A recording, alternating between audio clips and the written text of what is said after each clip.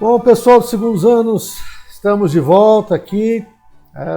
Mais uma aula aí do terceiro semestre, a segunda, né? Na primeira aula a gente fez uma introdução aí ao eurocentrismo, né? A gente trabalhou com aquela questão do mapa mundi e tal. A gente vai pegar um gancho com aquilo que a gente viu na aula passada para tratar no nosso assunto, dessa aula 2, que vai ter como tema a expansão marítima europeia, também chamada de grandes navegações. Então, nós não podemos perder de vista essa questão do eurocentrismo, que está permeando todo esse processo em que o europeu perde o medo do oceano e se dedica a viagens que vai levá-lo a terras até aquele momento desconhecidas para ele, estabelecendo aí um contato com outras culturas, um intercâmbio comercial bastante forte, incorporando essas regiões na qual ele chega ao comércio europeu. É uma etapa importante do desenvolvimento do capitalismo, que a gente chama de capitalismo comercial. Então a expansão marítima europeia, ela dá início a esse processo de fortalecimento do capitalismo, que recebe o nome de capitalismo comercial. Também a gente pode falar que é o início da globalização da economia, né? Naquele momento, as diversas regiões do planeta estavam isoladas e, de repente, elas se conectam numa linha de mercado, numa economia de mercado global. Não que essa conexão tenha sido feita de forma vantajosa para todos os povos, mas é um fato, aconteceu. Então vamos lá. A expansão marítima europeia. Seria legal ter nessa aula aí um mapão grandão, né? Se eu estivesse na sala de aula para eu poder manipular o mapa e discutir as ideias do mapa com vocês. Vou ter que ir meio me virando com as fotos da internet aí para tentar passar o que eu quero passar para vocês. Bom, a primeira coisa apesar desse eurocentrismo todo que tem nessa época, o europeu é um povo muito, vamos dizer assim, que tenha um conhecimento aprofundado das coisas naquele momento, né? A gente viu que os árabes tinham uma cultura mais elaborada que a cultura. Aliás, a expansão marítima europeia só foi possível graças a muitas coisas que os europeus aprenderam com os árabes, durante as cruzadas, no contato com o Oriente. Por exemplo, o uso da bússola para se localizar, o uso do astrolábio, que é um instrumento de navegação que permite determinar em qual latitude o navio está navegando. Então, sem esses equipamentos, seria praticamente impossível atravessar o Oceano Atlântico, como foi feito, ou qualquer outro oceano. Então, os europeus devem muito aos árabes, em termos de tecnologia e conhecimento que eles adquiriram. Por exemplo, como navegar pelas estrelas, tudo mais. Bom, mas então esse europeu, né, muito supersticioso, muito religioso, tem um medo danado do oceano, chama o Oceano Atlântico, os portugueses chamavam o Oceano Atlântico de mar tenebroso, um mar assustador. Que conhecimento eles têm do mundo naquela época? Então, se a gente pegar, por exemplo, voltando naquela questão da cartografia dos mapas, né? Durante a Idade Média, a cartografia não tinha uma função muito prática, não. Se a gente pegar os mapas que haviam naquele período, são chamados de mapa TO. Por que mapa TO? Porque é um T dentro de um O, né? Basicamente. A gente vê que ele tem uma função mais simbólica de representação do planeta do que de orientação, mesmo para as pessoas chegarem a algum lugar. Nos mapas TO, geralmente tem os 3 continentes conhecidos, a Ásia, a Europa e a África, e no centro está lá Jerusalém, então tem ainda uma visão bastante teocêntrica por trás desse mapa TO. Então ele não tinha uma função muito prática. Na verdade, os instrumentos práticos ali eram as chamadas cartas portulanos. O que eram cartas portulanos? Não eram desenhos das rotas, como um mapa, mas eram uma descrição. navegar tanto tempo em tal direção, dobrar a estibordo em tal ponto, quando avistar tal ilha. É mais ou menos aquela descrição quando a gente pede uma rota lá no Google Maps. A gente diz, então tá, vire à direita depois de 200 metros. Tal. Não era bem um desenho, as cartas portulanas eram um texto descrevendo o caminho que a pessoa tinha que seguir. Então, o que o europeu conhecia do mundo naquela época de fato? Se a gente for olhar, é só a Europa. É isso que ele conhecia. Conhecia Jerusalém, tinha ido lutar aqui nessa região, mas é isso daqui que o europeu conhece do mundo até aquele período.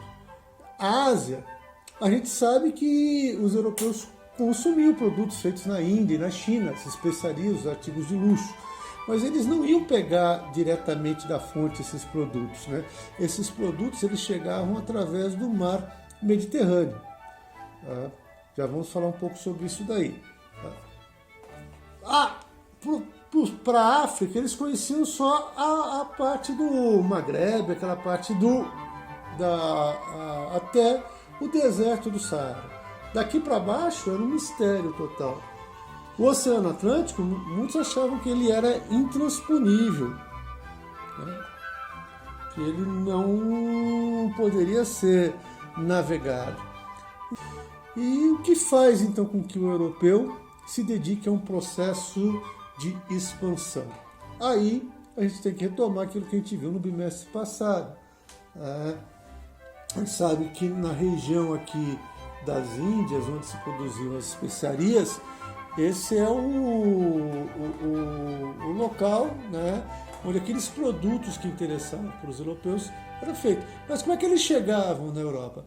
Eles chegavam, né, comerciantes árabes tiravam os produtos aqui das Índias, traziam aqui para a Arábia, organizavam aquelas caravanas atravessando o deserto para passar por essa região aqui, traziam para cidades aqui na margem do Mediterrâneo, como Cairo, como Beirute, que teve aquele problema recentemente lá que a gente viu, e principalmente uma cidade chamada Constantinopla, que nós já estudamos ela, tal, que era a sede do Império Bizantino. Então, essas mercadorias chegavam nesses portos do Mediterrâneo e eram levadas para a Europa por comerciantes italianos, principalmente das cidades de Gênova e Veneza. A gente pode até dizer que Gênova e Veneza detinham um monopólio do comércio pelo mar Mediterrâneo. O que é um monopólio? A exclusividade. Só os comerciantes de Gênova e Veneza que tinham acesso a essas especiarias que eles traziam para a Europa, revendiam para outros comerciantes que distribuíam pelo interior da Europa. Então era assim que essas mercadorias chegavam até os europeus. Era um comércio feito de forma indireta. Mas vejam, por esse comércio, grande parte do lucro acabava ficando nas mãos de quem? Grande parte do lucro ficava nas mãos dos italianos de Gênova e Veneza. Então a coisa começa a mudar de figura quando outros países da Europa, vamos lembrar que é o momento que eles estão se formando aí, quase de 1400, 1300, né? Outros países da Europa começam a querer participar desse comércio também. Mas aí eles vão necessitar do quê? Eles vão necessitar de uma nova rota comercial.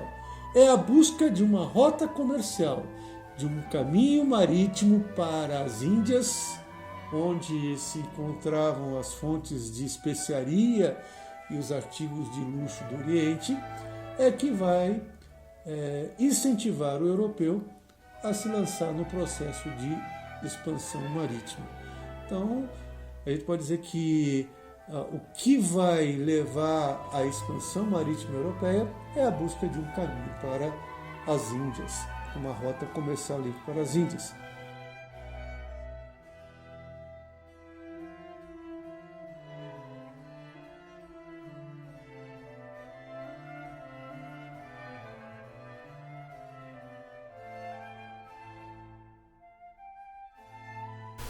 Então, qual é o primeiro país da Europa a querer encontrar essa nova rota para o Oriente? Aliás, tem um processo embora esse país comece antes a busca dessa rota, tem um processo que vai incentivar ainda mais a busca por essa rota. Em 1453, os turcos otomanos eles conquistam a cidade de Constantinopla, põem fim ao Império Bizantino, ao Império Romano do Oriente, e a partir daí os turcos acabam atrapalhando um pouco esse comércio pelo Mediterrâneo. Ficou mais caro comercializar pelo Mediterrâneo. Isso faz com que os preços da mercadoria subam. Ficou mais difícil comercializar pelo mar Mediterrâneo a partir da tomada de Constantinopla pelos turcos. Constantinopla era o principal porto ali entre o Ocidente e o Oriente. Isso vai acelerar aí, né, o encarecimento desses produtos. É um fator a mais que pesa no sentido de estimular os países da Europa a buscar esse novo caminho livre, pelo mar para chegar até as Índias. E o primeiro país que vai se dedicar nesse processo é Portugal. A gente já estudou, quando vimos a centralização do poder em Portugal, a gente viu lá que em 1385, por aí, houve a Revolução de Avis, que colocou no poder um rei mais comprometido com os interesses da burguesia em Portugal. Então, já no finalzinho do século XIV, Portugal tem um Estado centralizado administrativamente, um rei comprometido com os interesses comerciantes, e isso vai estimular um pouco a busca de soluções para o comércio para Portugal. Então, isso ajuda a explicar o pioneirismo. Outro fator que ajuda a explicar o pioneirismo português, porque Portugal foi o primeiro, é a própria localização geográfica de Portugal, né? Portugal é o país da Europa que está mais adentrado, ali na Península Ibérica, mais adentrado ao Oceano Atlântico, bem próximo da África. Então, essa localização geográfica, um governo já comprometido com os interesses da burguesia e o desenvolvimento do comércio. Sem falar, inclusive, do conhecimento. Nesse momento aí, na transição do século XIV para o século XV, Portugal é o país da Europa que mais domina as técnicas de navegação. Lembram que ali na Guerra dos 100 Anos, dificultou o comércio entre o norte e o sul da Europa, e aí Portugal ficou bem no meio da rota marítima, e isso incentivou muito esse desenvolvimento da navegação, de cabotagem, de cabo a cabo, de porto a porto, feito pelos portugueses. E aí, então, os portugueses, bem no início do século XV, eles começam, dão um impulso assim, tentando encontrar um caminho para as Índias. Qual é o caminho que eles propõem? É um mistério, na verdade. Eles não sabem se vai dar certo, mas qual é a ideia de Portugal? A ideia de Portugal é ir contornando o litoral africano pouco a pouco, e descendo ali o litoral africano, para ver se lá no fundo, lá no sul da África, haveria uma passagem para chegar até as Índias. Esse processo vai começar em 1415, quando os portugueses conquistam uma cidade chamada Ceuta, no norte do continente africano. Então, a partir daí da conquista de Ceuta, que estava dominada pelos mouros, pelos muçulmanos, os mouros foram expulsos de Ceuta, e os portugueses conseguiram estabelecer um domínio ali no norte da África. Era um ponto de partida para explorar esse litoral africano. A partir daí, os portugueses vão organizando de tempos em tempos, é uma coisa rápida. Os portugueses fazem uma expedição, conhecem um pouquinho do litoral, fazem uma outra expedição, conhecem um pouquinho mais do litoral. Quando chega aí por volta de 1434, os portugueses já estão atravessando o Cabo do Bojador. E todo mundo conhece o Cabo do Bojador. Já ouviram falar do Cabo do Bojador? Ouviram, não? Não? Daquele poema famoso do Fernando Pessoa, A Mensagem. Não? Conhece, não? Já ouviram, sim. É aquele poema que fala assim: ó mar salgado, quanto do teu sal são lágrimas de Portugal.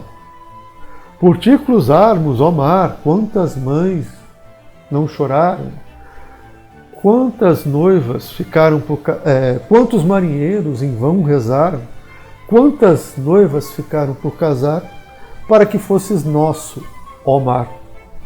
Lembraram? Então, essa parte que vem agora é mais conhecida. Valeu a pena? Tudo vale a pena se a alma não é pequena.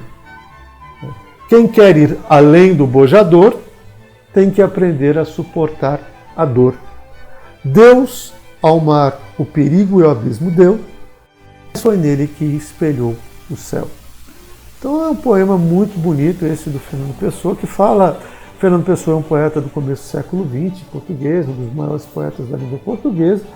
Ele recupera esse período da expansão marítima portuguesa nesse poema e dá algumas lições para a gente, né? Ele está falando de Portugal, mas está falando da condição humana também, né? Então, recuperando um pouco o poema, tem várias coisas interessantes que a gente tem que tratar. Bom, o Cabo Bojador, que ele cita, era um cabo um mar muito violento, muito revoltoso, muitas tempestades, que já indicava que quem passasse por ali já estava bastante distante de Portugal. Isso vai demorar uns 20 e poucos anos para que os portugueses, depois de se conquistar os Ceutas, cheguem aí no Cabo Bojador.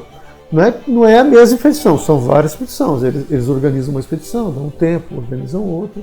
Né? E aí, vale destacar também no poema a questão do perigo das viagens. Né? Quando ele fala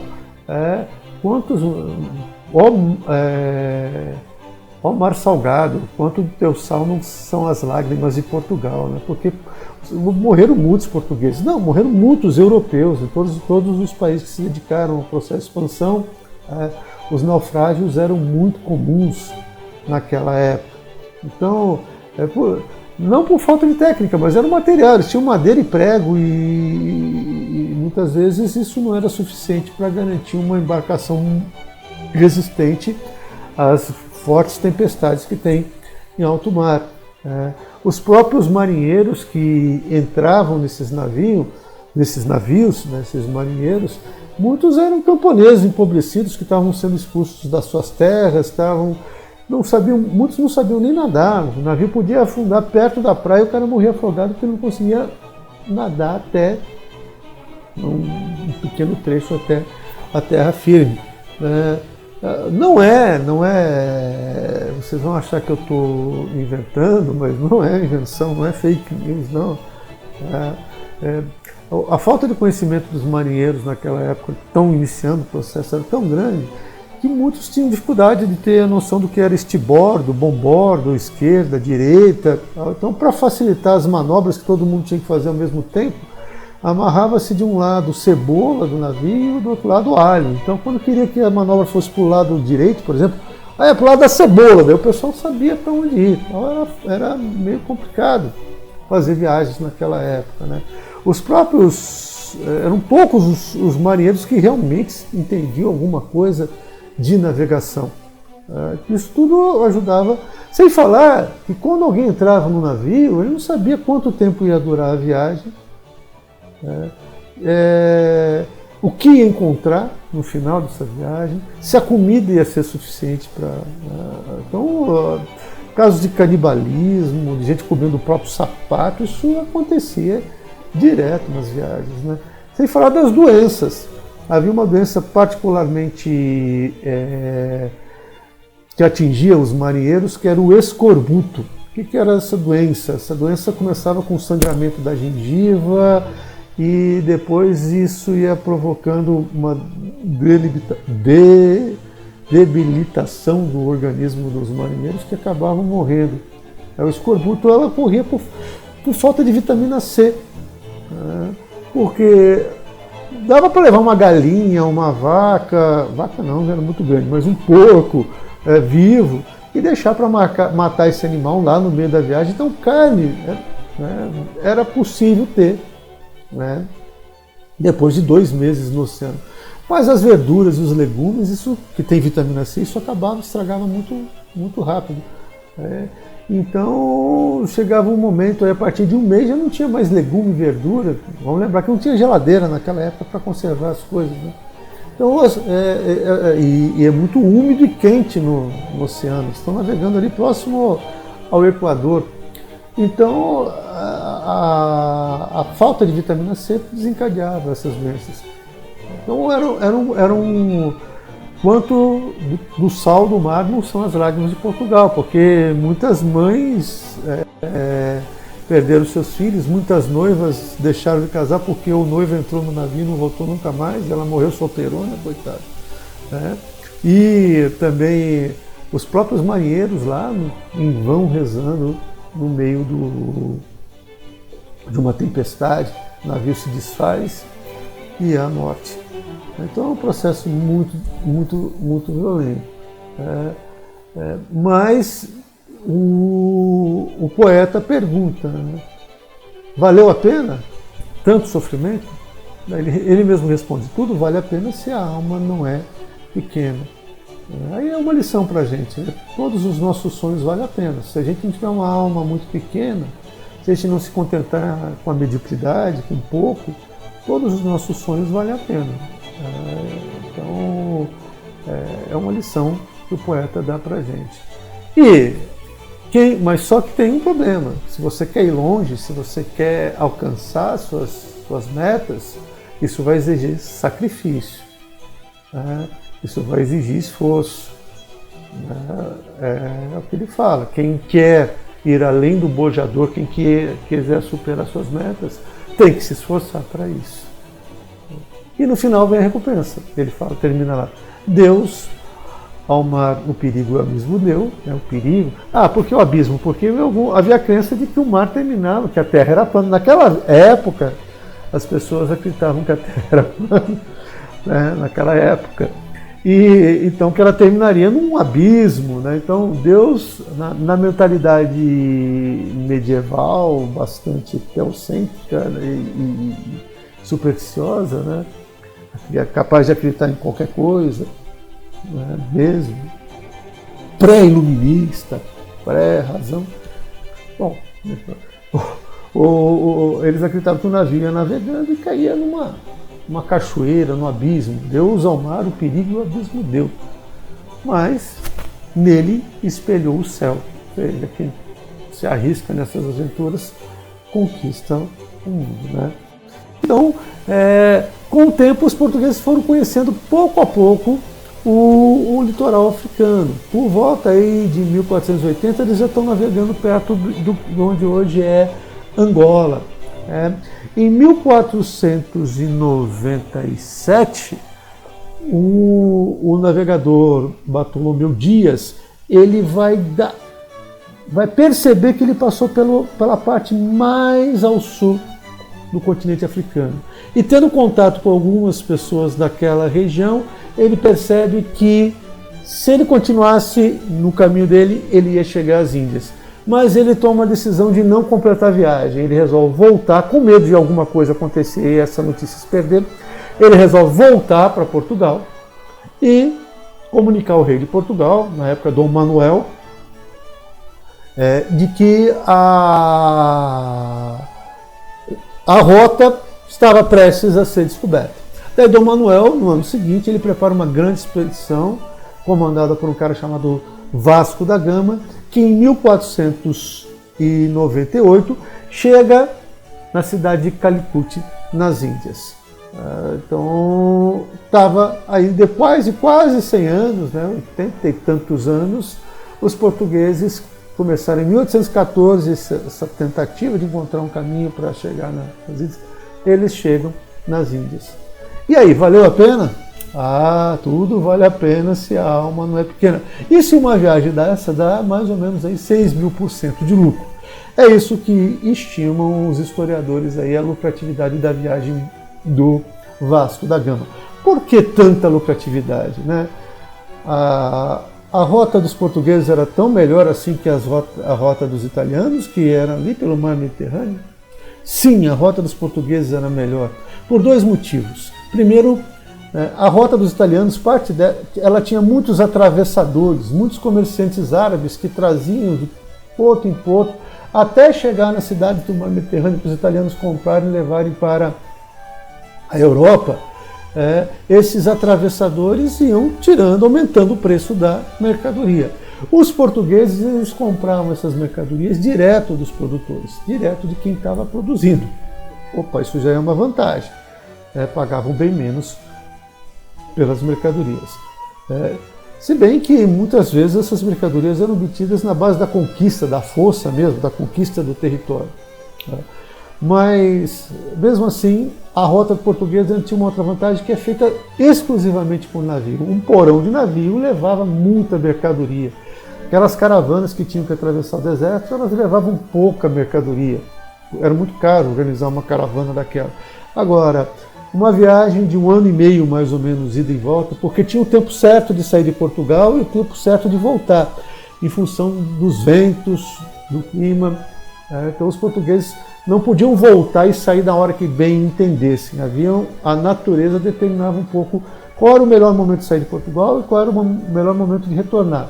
E nisso a viagem durava aproximadamente 1 ano e meio de volta. Mas 6.000% de lucro é um lucro muito grande para as pessoas. Se hoje já é, com a poupança rendendo menos de 1%, rendendo 0,4%, então você demoraria muito alguém que tem um dinheiro na poupança hoje ter um lucro de 6.000% com esse investimento. Isso estimulou muito os portugueses a focarem nesse comércio com as Índias. E num breve período, os portugueses, com esse lucro comercial das Índias, eles se tornaram uma nação hegemônica ali na Europa. Por um breve período de tempo, eles dominaram o comércio das especiarias e dos artigos do Oriente, desbancando os genoveses e os venezianos. Então, aí nós temos, mas vejam, está descoberta uma nova rota, um novo caminho para se chegar lá nas Índias. Okay? Outros países, vendo esse progresso de Portugal, mesmo antes dos portugueses terem chegado, eles começam a ter uma vontade também de encontrar um caminho. Mas os comerciantes, os portugueses, eles não eram assim ingênuos. Eles, ao longo da costa portuguesa, eles iam construindo feitorias. O que eram feitorias? É um entreposto comercial, mas também é um forte militar, com alguns navios que ficam patrulhando e tentando impedir que outros países da Europa utilizem aquela rota. Então, a conquista dessa rota, ela passa também por garantir que só aquele país que encontrou essas rotas vai comercializar por elas, né? O que, então, deixava os outros países muito um beco meio sem saída. Pelo mar Mediterrâneo, que era a primeira rota, não podia ir, que tinha os italianos e os genoveses. Pela África já tinha os portugueses, que ainda não tinham, em um determinado momento, ainda até 1498, alcançado o seu objetivo final. Aí nesse processo que surge um cara...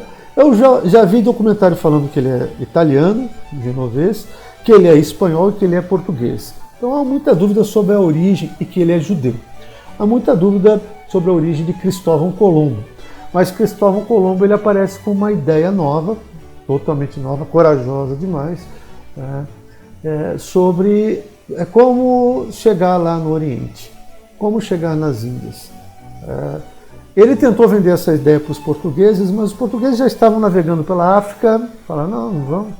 E até tentaram impedir que ele saísse de Portugal para que ele não levasse a ideia para outro país, mas ele conseguiu, com o apoio de alguns amigos e alguns membros do clero, conseguiu sair de Portugal e ir para a Espanha e vender a ideia dele para os reis da Espanha, os reis católicos. Olha os reis católicos de novo, aí, o Fernando de Aragão e a Isabel de Castela, aqueles que casaram e o neto dele se tornou o primeiro rei da Espanha.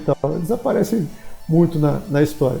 E a Isabel de Castela, ela se interessou muito pelo plano do Colombo, que ele queria chegar ao Oriente, então chegar no Oriente, sei lá, Oriente, navegando na direção contrária, navegando em direção ao Ocidente.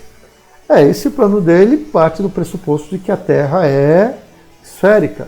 E se a Terra é esférica, eu estou de um lado e quero chegar do outro, tanto faz eu vir por aqui ou eu vir por aqui, certo? Então, se eu estou numa região e eu quero ir para outra, se eu estou aqui eu quero ir para o Oriente, tanto faz eu vir por aqui ou ir por aqui.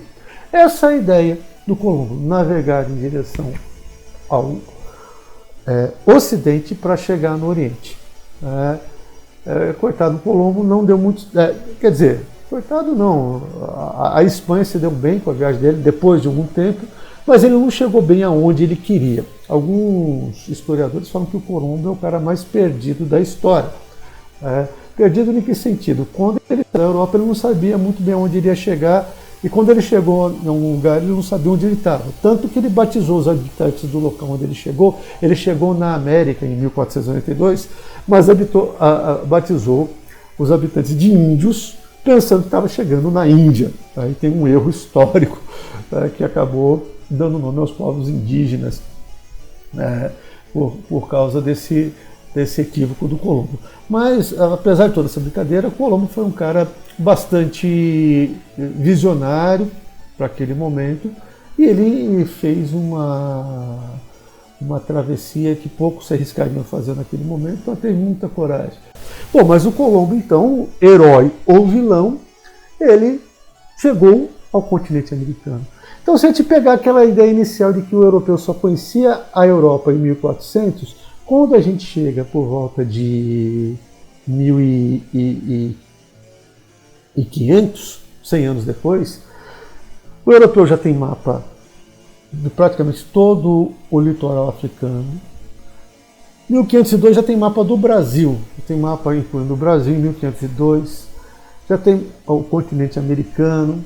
Então veja, há uma expansão do conhecimento do europeu sobre o planeta. Isso que a gente chama de expansão marítima europeia. Isso, como já falei no início, vai fazer com que os europeus eles incorporem essas regiões ao mercado. Vem aí o colonialismo, a gente vai estudar depois, ainda no final desse bimestre, começar a estudar o Brasil colônia, que é uma relação colonial. A gente viu um pouquinho no mercantilismo, isso que é uma característica do mercantilismo, o colonialismo. Então os europeus vão conquistar, dominar essa região, vão impor, dentro daquela visão eurocêntrica, o seu modo de vida sobre os habitantes dessa região, e com isso o capitalismo se desenvolve, como diria um crítico do capitalismo, Karl Marx, jorrando sangue por todos os poros. Tudo isso é feito para que algumas pessoas na Europa fiquem muito ricas. Mas isso é um assunto que nós vamos aprofundar mais para frente. Por enquanto é isso. O que vocês não podem deixar de esquecer aqui. Os motivos da expansão marítima europeia. A busca de uma rota comercial para chegar ali. Quando os portugueses saem de Portugal e contornam a África, eles querem chegar nas Índias. Quando o Colombo chega na América, ele quer chegar nas Índias. Ele não chegou nas Índias, chegou na América, demorou para descobrir isso. Alguns acham até que ele morreu sem descobrir isso. Foi o Américo Vespucci que descobriu. Mas esse é o objetivo que os europeus têm em mente. Chegar nas ilhas. Para quê? Comércio de especiarias, aquele produto e artigos de luxo que interessam aos europeus. Então isso é uma questão importante. É bom pensar nas viagens como empreendimentos muito arriscados, que provocam muitas perdas. Então, o poema do Fernando Pessoa nos lembra bem disso daí. Daí a gente vê o Colombo, que vai também buscar uma nova rota, chega na América. Tudo isso aí amplia a visão do europeu sobre o planeta. Tá ok? Então, por enquanto é isso daí. Leiam as páginas do livro, não é muita coisa, vou colocar aí para vocês lerem. Tem muitas informações que eu não falei, eu dei uma visão geral, então vocês precisam ler a página do livro. Tá? E depois eu vou fazer aqui um pequeno quiz aí para vocês, não vale nota, mas para vocês testarem. Façam, não deixe de fazer, 5 minutinhos você faz lá e veja e tem uma ideia do que ficou dessa aula aí na cabeça de vocês. Tá? Então, bom trabalho a todos e até a próxima semana, quando a gente vai começar a estudar o Renascimento Cultural. Até lá!